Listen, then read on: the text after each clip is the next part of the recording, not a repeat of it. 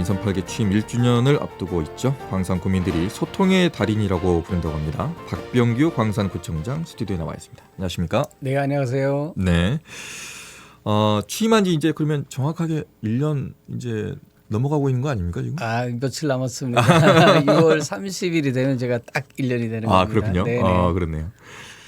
그동안에 광산에 많은 일이 있었고 또 많은 일을 하셔가지고 작년에 대통령상 받으시고 네. 올해도 상을 수십 개 받으셨다. 네. 제가 뭐 잘해서라기보다는 저희 네. 공직자들과 시민들의 자치 역량이 굉장히 뛰어난 곳이 광산구입니다. 그 덕택이라고 생각하고 있습니다. 네. 1년 이제 지나가려고 합니다. 예. 1년을 돌아보면서 느끼는 점도 있으실 것 같습니다. 어떻습니까? 지난 1년을 되돌아보면 정말로 굉장히 빨리 이 시간이 간 것 같은데요. 그동안 광산에 무슨 일이 있었는지 또 어떤 변화가 있었는지 사람들을 만날 때마다 정말 많이 자랑을 하고 다닙니다. 제가. 그래서 크게 말씀드리면 두 가지를 제가 말씀드릴 수 있을 것 같아요. 하나는 광산구 지도가 바뀌고 있다라는 것이고요. 예, 광산구 지도가 바뀐다는 것은 뭐 잘 아시는 것처럼 군공학 문제, 또 미래차 산담 문제, 어등산 문제가 아주 술술 이제 풀리고 있기 때문에 광산구 지도가 이제 바뀌고 있다라고 말씀드리는 것이고, 또 한 가지는 대한민국을 바꾼 혁신이 광산구에서 시작됐다. 라는 걸 제가 이제 자랑하고 다닙니다. 그 이제 혁신이라는 건 뭐 이제 시간이 되면은 이제 말씀드리겠습니다만은 아무튼 끊임없이 소통하고 주민들과 수많은 대화들을 통해서 우리의 미래를 상상하고 또 미래를 도모하는 이런 노력들을 하고 있는데, 이런 게 바로 이제 대한민국을 바꿀 혁신이라고 저는 생각을 합니다. 네. 일단 군공항 이전이야 이제 광주와 전남 전체의 문제라고 볼 수가 좀 있는 것 같고요. 어등산은 어떤 식으로 지금 풀리고 있나요? 어등산은 지금 뭐 아시는 것처럼 신세계 프라퍼티에서 제안을 이제 했던 바가 있고요. 그걸 받아서 광주광역시에서 용역을 거쳐서 하반기에 3자 공모 방식으로 이렇게 이제 입찰을 할 건데요. 지금 뭐 응할 기업으로서 지금 확실시 되는 곳은 신세계고, 그 밖에 뭐 롯데랄지 다른 뭐 업체들도 이제 거론되긴 합니다만 좀 더 지켜봐야 될 것 같긴 한데, 아무튼 그동안 17년 동안 묶여있던 것들이 풀리니까 굉장히 긍정적인 거라고 저는 생각을 합니다. 어등산 너무 아깝거든요. 거기가. 네네. 예, 상당히 그런데 아까운데. 너무 오랫동안 묶여 있어요. 17년 동안 네. 이게 표류됐던 거라 아마 지역민들의 기대가 큰 것 같아요. 네. 미래차는 어떻습니까? 일단 광산구에 이제 자동차 관련해서도 이제 많이 있기 때문에 뭐 저도 뭐 개인적으로 지인들이 거기서 더 사업을 네. 많이 하고 있고 공장을 많이 하고 네네네. 있거든요. 예.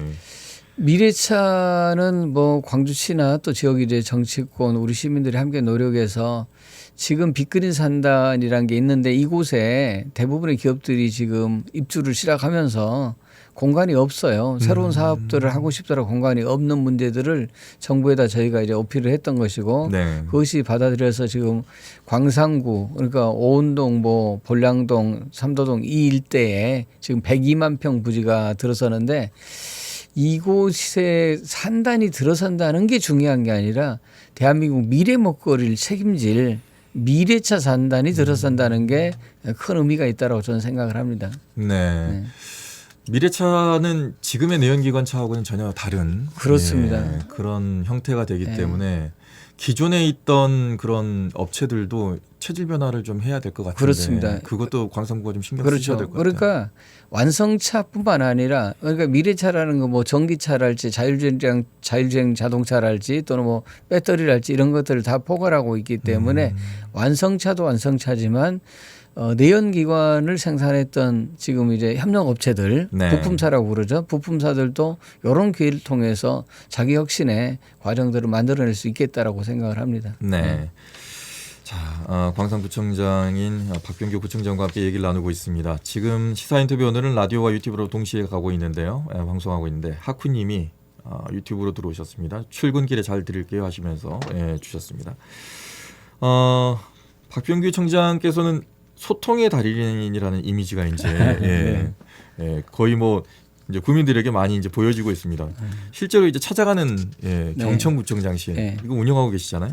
네. 예. 제가 작년 7월 1일 날 첫 취임을 하면서 첫 번째 결제가 찾아가는 경청구청장실입니다. 첫 번째 결제라는 것은 그냥 결제 순서에 따라서 첫 번째를 하는 게 아니고 네. 민선 8기 4년 동안 구정을 어떤 방향으로 가져갈 것인지를 사실 이제 가리키는 나침반과 같은 것입니다. 구정 철학이랄지 방향이 이제 그 안에 이제 있는 것인데요. 저는 이것을 통해서 정말 많은 것들을 보고 또 듣고 배우고 또 하나하나 이 성과들을 만들어가고 있다라고 생각을 합니다. 사실 소통은 여러 가지 어떤 이유가 있는데 소통으로 끝나는 게 아니라 혁신과 상생을 위한 이런 이제 발판으로 저는 소통을 생각을 해요. 네. 이 얘기는 어떤 얘기냐면 우리가 집을 나설 때 신발을 신고 밖으로 나가는 것이 지금 목적이 아니라 어딘가 목적지를 향해서 가기 위해서 지금 집을 나설 거란 말이에요. 운동을 하기 위해서 나선다랄지 일터로 가기 위해서 나선다랄지 누군가를 만나기 위해서 나선다랄지 이런 것처럼 소통이 돼야 그 다음 단계로 갈 수가 있거든요. 그러니까 제가 강조하는 게 소통, 혁신, 상생인데 혁신과 상생이 되려면은 반드시 필요한 게 소통이라고 생각을 해요. 그래서 우리 이제 시민들을 작년 7월 1일부터 졸고 만나오고 있어요. 뭐 길거리에서도 만나고 공원에서도 만나고 대형 마트에서도 만나고 또 행정복지센터에 만나는데 이렇게 만나면서 주민들을 쭉 만나오면서 주민들이 뭐 제안도 해 주시고 또 고충인의 애로도 이렇게 말씀을 해 주셔요. 이런 미론사항도 얘기하는데 지난달 말로 제가 추계를 해보니까 1914건을 했더라고요. 1914건이면 뭐 보통 사람들 그런 얘기예요. 민선 구청장들 임기가 4년인데요. 삼선 12년 동안에도 구청장이 그렇게 많은 거 못 받는다고 이렇게 얘기를 합니다. 네. 그 정도로 지금 1년 만에 지금 많이 받았는데 네. 많이 받은 게 중요한 게 아니라 이 시간 동안 시민들과 많은 얘기를 했다라는 게 중요하고요. 또 특히 시민들이 이제 신뢰를 저희가 하나하나 차곡차곡 쌓아가고 있는데 저희 같은 경우는 시민들이 제안을 해 주시면 그것에 대해서 반드시 그 다음 날 문자를 넣어드리고요. 그러니까 당신의 그 민원이 네. 접수됐습니다. 그리고 이틀이 지나면 담당 부서에서 또 연락을 갑니다. 당신의 민원이 여기서 지금 우리가 처리할 것입니다라고 하고요. 진행 과정을 다 알려주시죠. 네, 그렇습니다. 그 다음에는 또 다시 연락을 해서 처리 결과랄지 추진 과정에 대해서 또 알려드립니다. 그래서 이런 것에 대한 시민들의 신뢰가 굉장히 높아져가고 있다. 이런 게 이제 저희가 굉장히 자랑스럽게 생각하고요. 그래서 이게 저희만 그렇게 생각을 하는지 시민도 그런 것인지 만족도 조사를 저희가 해봤는데 만족한다가 97%로 나왔습니다. 네네. 이 정도의 애프터 서비스면 만족을 안 할 수가 없어요. 네. 아니 근데 거의 이제 1년 안 됐는데 예. 1914건이면 네. 보통 하루에 한 네. 6, 7건 평균적으로 맞습니다. 공무원분들 많이 힘들어하실 것 같은데요. 당연히. 그래서 제가 우리 공직자들을 자꾸 칭찬하니까 남들은 두 가지로 생각해요. 제 팔푼이 아니야. 뭐 자식 자랑은 팔푼이라고 그러죠. 그런 것처럼 우리 공직자들 자랑을 많이 하니까 팔푼이처럼 보는 것도 있는데 그리고 또 하나는 공직자들한테 점수 따려고 그러는 거 아니야. 또 이런 생각도 있는 것 같아요. 근데 실제 제가 마음 깊은 곳에서 감사함이 있어서 그런 얘기를 많이 하는 거예요. 네. 객관적 지표로 봤을 때도 일이 일단 많아져 버렸어요. 객관적으로 봤을 때 하루에 6건에서 7건 정도를 평균적으로 민원을 해결해야 되는데. 네네. 야, 그러니까 그냥 립 서비스로 이렇게 칭찬하는 게 아니라 그렇습니다. 정말 고생하고 있어서 네네네. 고생하는 거에 대한 칭찬을 하는 거다. 네. 이런 말씀이시네요. 좋은 평가를 받을 수밖에 없을 것 같고요. 예. 직접 이렇게 다니시다 보면 현장에서의 목소리를 듣다 보면 예, 평상시에 이렇게 머릿속에 그렸던 구정과 현장에서 느껴지는 거는 좀 다를 수 있을 것 같습니다. 그럼 다릅니다. 네. 사람이란 것은 환경이 지배를 받는 거잖아요. 네. 구청장실에 있는 것과 길거리 나가서 시민들과 수많은 만남과 대화들을 통해서 구정을 추진해 가는 건 이제 굉장히 큰 차이가 있고요. 특히 저는 저 혼자 하는 것보다는 또 우리 간부들도 이런 현장의 생생한 목소리를 들었으면 좋겠다라는 생각이 들어서 우리 또 간부들과 함께 21개 동을 또 다 돌아봤던 적이 있어요. 이런 것도 시민들에게 굉장히 좋은 평가를 받았습니다. 그러니까 간부들이 직접 우리 시민들의 목소리를 날 것으로 들어주는구나. 또 거기에도 직접 답변을 하는구나. 이런 것에 대해서 굉장히 좋은 반응을 얻었고요. 그러나 이것을 그냥 단순히 민원으로만 보고 끝내서는 이제 안 되는 것이고 그 다음 단계로 가기 위해서 최근에는 제가 21개 동을 돌면서 사회적 대화의 필요성들을 동별로 2시간씩 제가 얘기를 하고 다녀서 오늘 또 지금 2개 동인데요. 4시간 동안 얘기를 하고 나면 배가 많이 땡깁니다. 와, 네. 그렇죠. 한번 이제 얘기가 나오기 시작하면 네. 이게 뭐 한두 시간은 끝날 수 있는 게 아닐 수도 있잖아요. 네. 여러 사람들이 얘기를 할 수 있고 다 들어야 되고 대답해야 되니까. 근데 이제 그동안은 많이 이제 듣는 것은 지금도 그대로 이제 하는 건데 제가 이제 동별로 지금 사회적 대화의 필요성에 대해서 얘기하는 건 주로 제가 이제 강의식으로 제가 2시간씩을 합니다. 그래서 한 동당 2시간씩 하니까 2개 동이면 오늘 또 지금 4시간을 제가 강의를 해야 됩니다. 야, 대단하십니다. 예. 그럼에도 그 안에서 강의하시면서도 이제 뭐 원주민도 있겠지만 네. 말씀드렸듯이 이제 외국인 노동자라든가 광산구에 상당히 많거든요. 그렇습니다. 여기에도 접촉을 하시나요? 지금 그것을 이제 구분해서 지금 동별로 하는데요. 저희가 원래 21개 동인데 네. 주민과의 대화를 할 때도 저희가 명예동이라고 그래가지고 외국인 주민동 물론 이제 행정에는 없지만 저희가 이제 행복동이라고 그래가지고 외국인 주민들만 모아서 네. 저희가 뭐 그 간담회를 했었는데 그런 식으로 여기도 또 똑같이 이어갈 생각입니다. 예. 광산구가 이제 외국인 노동자들도 많아지고 또 그러다 보니까 이제 그런 생각이 좀 들더라고요. 예. 원주민과 외국인들이 잘 화합할 수 있을까? 소통이 잘 가능할까? 그런 걱정도 좀 되긴 하던데요. 맞습니다. 그러니까 지금 외국인이 많이 산다는 것은 저희로서는 이제 경쟁력이라고 생각을 하는데요. 그러나 이게 또 다른 한편에서는 그동안의 수많은 그 시간 동안 여러 이제 차이들을 가지고 살았기 때문에 그렇죠. 갈등의 요인이 될 수도 있습니다. 그래서 이런 것들을 저희들이 잘 케어를 하고 원주민과 그러니까 선주민과 이주민이 조화롭게 살 수 있는 이런 다양한 정책들을 제가 개발을 하고 있고요. 또 그것을 하기 위한 전담 부서를 또 설치했고 각종 뭐 사업들을 저희가 이제 펼치고 있습니다. 네. 거기는 또 외국인도 있지만 우리의 뿌리인 동포들도 많이 와 계세요. 네, 고려인, 네, 맞습니다. 월곡동에도 많이 계시고 네, 한 7천 명 정도 거주하고 계십니다. 와, 벌써 7천 명이 됐네요. 네. 이번에 아주 의미 있는 대회가 열립니다. 제1회 세계 고려인 대회가 열렸어요. 네. 예, 어떻습니까? 그 행사도 소개를 좀 해주시죠. 그러니까 세계 각국에서 뭐 고려인을 비롯한 관계자들 그리고 또 전국에서 많은 분들이 오셔서 한 400명 정도가 참석을 하셨는데요. 전 세계 고려인이 한 55만 명 정도 된다라고 합니다. 그래서 55만 명의 중심적인 기구가 없었어요. 네. 그걸 광주광역시 광산구에서 고려인 마을을 중심으로 저희가 세계 고려인 단체 총연합회 출범식을 가졌습니다. 그러니까 첫 조직을 광산구에서 이제 만든 거고요. 네. 또 학술 토론회도 저희가 이제 했었고 또 세계 이제 고려인의 날 해가지고 또 그쪽에서 뭐 축제도 저희가 하고 이러면서 우리 광산구에서 일을 하긴 했지만 우리 광주광역시 위상을 한껏 높이는 이런 이제 행사였다 이런 평가를 받고 있습니다. 그분들이 국내로 왔을 때 네.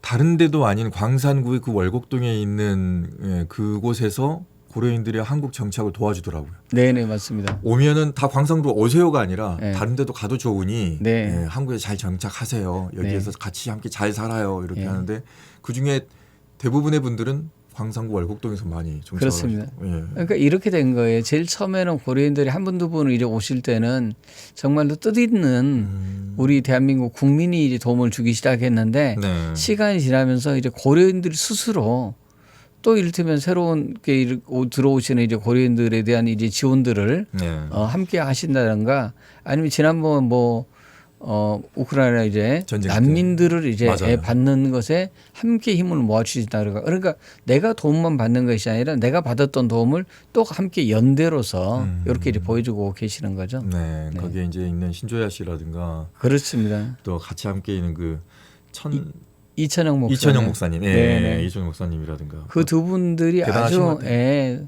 선구적인 역할을 하신 분들입니다. 네, 네. 대단하신 것 같습니다. 저희도 광주정신이라는 그 프로그램을 통해 가지고 그분들 또 부각시키고 또 광산구의 월곡동도 많이 소개를 했는데요. 예, 대단한 것 같습니다.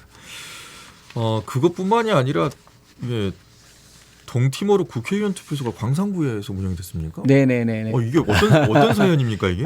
지난 4월달에 네. 동티모르 대사님이 제 집무실에 찾아오셨어요. 네. 그래서 요번에 동티모르 국회의원 선거를 하는데 이번 좀 다르게 하고 싶다는 거예요. 어떻게 하고 싶냐? 그동안은 투표소를 서울에서만 운영을 했는데 광주 광산구에서 한번 하나를 더 하고 싶다. 그래서 그래요. 그렇게 하시죠 해가지고 저희가 외국인 주민과가 있잖아요. 외국인 주민과 이 사무실을 투표소로 저희가 바꿔서 행정적인 지원들을 다 해드렸어요. 그랬더니 정말로 놀라운 결과가 나왔어요. 네. 어떤 결과가 나왔냐면 수도권은 서울에서 투표를 하고 광주 전남부 네. 그리고 뭐 부산 뭐 경남 대구 네. 경북 여기 계신 분들은 광산구까지 와서 했는데 수도권에서 투표하셨던 분들은 투표율이 41.7%. 네. 광산구에서 하셨던 분들은 77.9% 와. 두 배가 나와버렸습니다. 그래서 저희도 야 이거 하길 잘했다 이런 생각도 했지만 또 여러 가지 또 의미가 있었어요. 네. 투표 날이 5월 21일이었는데 네. 동티모르 독립회복 기념일이 5월 20일입니다. 그러니까 바로 전날이었고요. 또 5월 21일이 우리 광주 시민들에게 특별한 날이에요. 시민의 날이었어요. 그 시민의 날이지만 또 네. 어떤 게 있냐면은 5.18 주간입니다. 그렇네 또. 그렇습니다. 예. 그래서 그 주간에 동티모르 기념일과 이제 회복일과 딱 맞춰서 이런 것들이 이제 있어서 국제 연대를 또 광산구가 앞장섰구나. 이런 것에서 굉장히 좋은 평가를 받았습니다. 네. 야, 이게 광산구가 예전에는 이제 우리 광산구 그러면 이제 과거에 뭐 기억하시는 분들도 계시지만 연세가 있으신 분들은 광산군 뭐 이렇게 시골 이렇게 생각을 하셨는데 지금은 광산구가 광산국제도시가 돼가고 있는 것 같은. 광주 지도를 펼쳐놓고 보면은요. 네. 광산구가 광주의 한 땅덩어리 한 절반 정도를 차지하고 있을 뿐만 아니라 주요한 시설들이 다 광산구에 있잖아요. 광주 송정역, 광주 군공항, 그렇네. 또 광주 현안이라고 하는 어등산 개발 문제, 또 뭐 복합 환승센터 문제, 아까 말씀하셨던 이제 미래차 산업단지 문제 다 광산구에 있기 때문에 네. 사실 이제 핫플레이스가 광산구인 거죠. 이야, 가능성이 무궁무진한 또 네. 미래에 또 성장 가능성이 있는 네. 광산구가 아닌가라는 네. 생각이 듭니다. 그러려면은 이제 구청장으로서의 어깨도 상당히 무거우실 것 같아요. 네. 앞으로는 또 어떤 그림을 그리실 예정이십니까? 뭐 앞서 말씀드린 것처럼 저는 그 우리 한국 사회의 변화 발전에 대해서 오랫동안 꿈꿔왔고 또 그것을 실현하기 위한 많은 시도들을 해봤기 때문에 앞서 제가 잠깐 사회적 대화를 말씀드렸는데 네. 사회적 대화를 통해서 우리 한국 사회에 꼭 필요한 두 가지를 해보고 싶습니다. 하나는 좋은 일자리를 많이 만들어 보고 싶고요. 그리고 또 다른 한 가지는 한국 사회는 60이 넘으면은 자기가 알아서 살아야 되는 사회예요. 누구도 맞아요. 책임을 져주질 않습니다. 맞습니다. 그래서 건강이나 빈곤에 대한 불안과 공포가 너무 커지는데 이런 걸 좀 사회적으로 해결하는 이런 일들을 하기 위해서 지금 그 준비를 하고 있습니다. 좋은 일자리는 그 전에 이제 광주형 일자리를 네. 해보신 경험이 있으시니까 그게 더 업그레이드가 될 수도 있겠네요. 그렇습니다. 업그레이드 되고요. 또 특히 제가 최근에 이제 설명을 좀 더 많이 해드리고 다니는데 좋은 일자리야말로 한국 사회 여러 가지 문제나 과제라고 하고 하는 것들에 그 중심에 좋은 일자리가 있습니다. 예를 들어 교육도 그러고요. 출생도 그러고 이런 것들이 좋은 일자리가 만들어지면 상당 부분 그렇죠. 해소가 될 수밖에 없습니다. 맞습니다. 네. 안정적인 어떤 그렇습니다. 임금이 들어오게 된다거나 그렇습니다. 안정적인 어떤 직장이 있게 되면 그러면 이제 아이를 자연스럽게 낳고 그런 것도 있지만 네. 또 다른 한편에서는 대한민국 이를테면 윤석열 정부에서 얘기하고 있는 공정과 상식이 실현돼야 될 곳이 일자리입니다. 네. 왜냐하면 같은 일을 하더라도 너무 지금은 격차가 지금 크잖아요. 네. 네. 그리고 중요한 말씀이셨던 것 같은데 60세 이후에 건강과 또 경제를 걱정해야 되는 세대가 네. 지금 돼버렸는데 지금 국민연금 고갈된다고 지금 불안감이 조성돼 있는데 네. 국민연금만 믿고 있을 수 있는 세대가 아니거든요. 지금. 그렇습니다. 거기까지도 지금 생각을 하고 네. 계시는 거군요. 예. 한 40초 남았습니다. 끝으로 예, 마무리 말씀 한번 해주시죠. 예. 네, 늘 제가 기회가 있을 때마다 말씀드리는 겁니다만 광산구가 정말 많이 변하고 있고 또 앞으로 더 변화할 일이 더 많다라고 저는 이제 생각을 하고 있습니다. 그 수많은 이제 시간 동안 또 앞으로 우리 이제 공직자들의 그런 노력들에 대해서 제가 감사드리고요. 그리고 우리 공직자들의 노력도 있었지만 우리 시민들의 참여 그리고 자치 역량 이런 것들에 대해서 다시 한번 높게 평가하고 지금처럼 우리 시민들이 함께 해 주신다라면 그 지혜와 힘을 모아 주신다라면 광산구가 광주를 대표하는 것뿐만 아니라 네. 대한민국을 대표하는 도시가 될 것이다라고 호언합니다. 광산 국제도시가 될 것 같습니다. 네, 오늘은 광산구의 구정에 대해서 취임 이제 1년 며칠 네. 앞두고 네. 광산구청장 박병규 구청장과 얘기 나눴습니다. 나와주셔서 고맙습니다. 네, 감사합니다.